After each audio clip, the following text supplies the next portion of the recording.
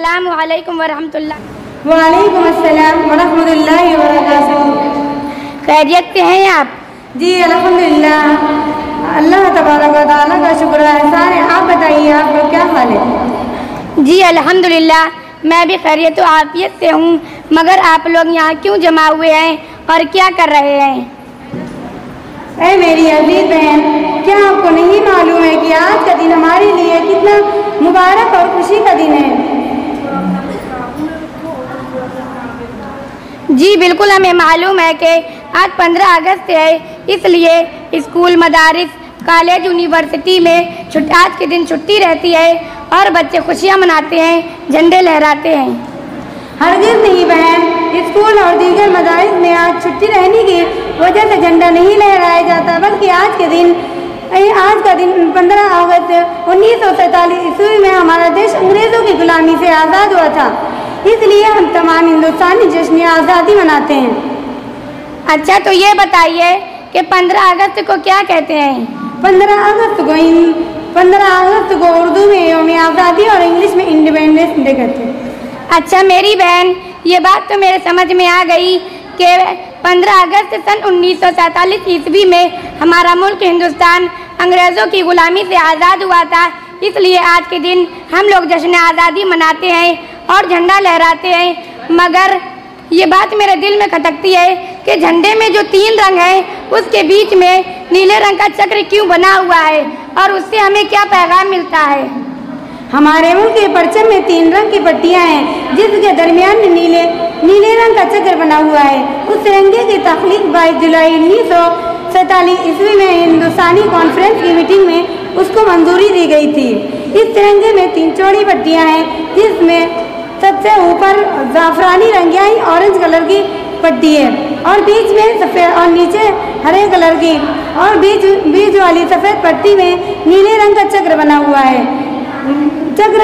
है जिसमें 24 लकीरें हैं। उस चक्र का मतलब है कि इंसानी ज़िंदगी हरकत करती रहती है। इसके रुकने का मतलब है मौत। और जाफरानी, सफ़ेद और हरे का मतलब सिर्फ अमन और झंडे के तीनों रंग खुशहाली है। माशाअल्लाह मेरी बहन, आपका बहुत बहुत शुक्रिया कि आपने उस झंडे की अहमियत को मेरे सामने उजागर किया और हमें समझाया कि 15 अगस्त किसे कहते हैं। मगर आज के दिन जो जंग हुई थी, उस जंग के बारे में कुछ मालूमात हासिल करना चाहते हैं। बराए करम आप उस जंग की हल्की सी झलक हमें दिखाएं। जी हाँ, तो सुनिए कि जंग आज़ादी में हमारे इस्लाम के क्या क्या कारनामे हैं, जिनकी वजह से हम 15 अगस्त की खुशियाँ मनाते हैं। हिंदुस्तान की कहानी और तारीख मुसलमानों के खून से लिखी गई है। आबादी के लिहाज से बहुत कम मुसलमानों की तादाद थी, मगर फिर भी सब ने बढ़ चढ़ कर इस जंग में हिस्सा लिया और अपने अजीज वतन को आज़ादी को यकीन बनाने में अपनी जानों के नजराने में पेश किया। 15 अगस्त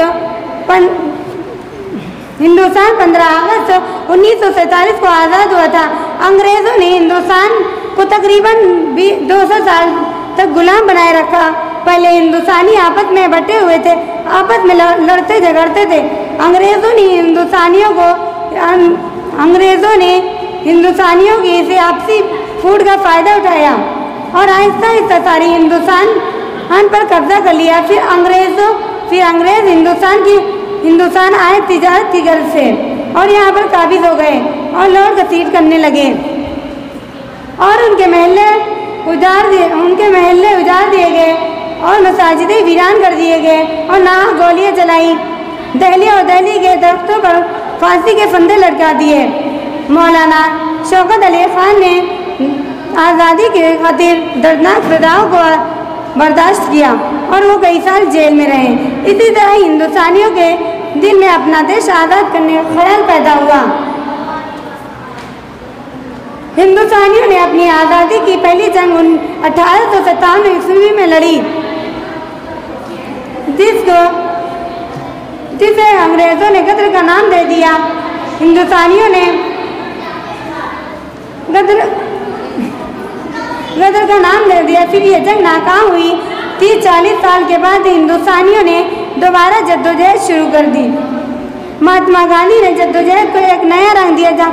महात्मा गांधी की शख्सियत से मुतासिर होकर बड़े बड़े लोगों ने आपका साथ दिया। उन सब लोगों की खिदमत और कुर्बानियों की बदौलत अंग्रेज हिंदुस्तान को आज़ाद करने के लिए मजबूर हो गए और आखिर 15 अगस्त 1947 ईस्वी को अंग्रेज हिंदुस्तान तकसीम करके हाथ से चले गए। इसी तरह 15 अगस्त 1947 ईस्वी को हमारा हिंदुस्तान आज़ाद हुआ।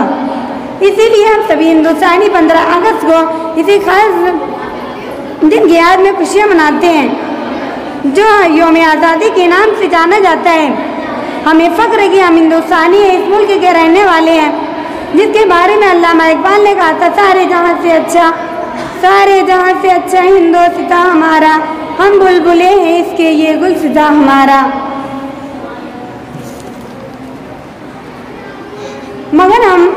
मगर आज हमने अपने इस्लाम के कारनामों को भुला दिया है। ये दिन महज झंडे लहराने और कौमी तराने गाने तक महदूद हो गया है। हम सिर्फ अपने उलमाओं के किरदारों को याद नहीं करते। हालांकि होना तो ये चाहिए था कि हम तिरंगे लहराने से ज़्यादा अपने उलमाए असलाफ के कुर्बानियों को याद करें, उनकी जानों को नजराने अक़ीदत पेश कर दें। मगर हम ऐसा नहीं करते। हमें चाहिए कि हम खुशियाँ मनाने के साथ साथ असलाफ के कारनामों को भी याद करें और जाने कि किस तरह उन्होंने अपने वतन को हम सब के खातिर अपनी जानें गंवा दी और इस वतन को इस मुल्क हिंदुस्तान को अमन और सलामती का गहवारा बना दिया और अपनी जानों को हमारे सुकून और इत्मीनान के लिए वक्फ कर दिया। और आज हम उनकी जंजीरों से आज़ाद हैं और सुकून माहौल में ज़िंदगी बसर कर रहे हैं। ये वही हिंदुस्तान है, ये वही अपना मुल्क है, अपना प्यारा देश है, जिसकी तरफ आप सल्लल्लाहु अलैहि वसल्लम ने इशारा करके फरमाया था कि हमें यहाँ से ठंडी हवाएं मिलती हैं, जिसका मतलब यह था कि उस हिंदुस्तान में इस्लाम की अक्सरियत होगी। सबसे ज़्यादा इस्लाम हिंदुस्तान में फैलेगा। दीन खैरात भी हिंदुस्तान में पाई जाएंगी, जिसका नक्शा अल्लामा इकबाल ने यूँ खींचा है, मीरे अरब को आती है ठंडी हवा जहाँ से, मीरे अरब को आती ठंडी हवा जहाँ से, मेरा वतन वही है, मेरा वतन वही है। अस्सलामु अलैकुम रहमतुल्लाह। जज़ाकिल्लाहु खैरन कसीरन। आपकी बातों ने मेरे दिल पे गहरा असर डाला है कि वाकई आज का दिन सिर्फ खुशियाँ मनाने का नहीं बल्कि हमारे असलाफ और हमारे उलमा को याद करने का दिन है कि किस तरह उन्होंने हमारे लिए अपनी जानें कुर्बानी की और हम सबको आफियत बख्शी। अस्सलामु अलैकुम।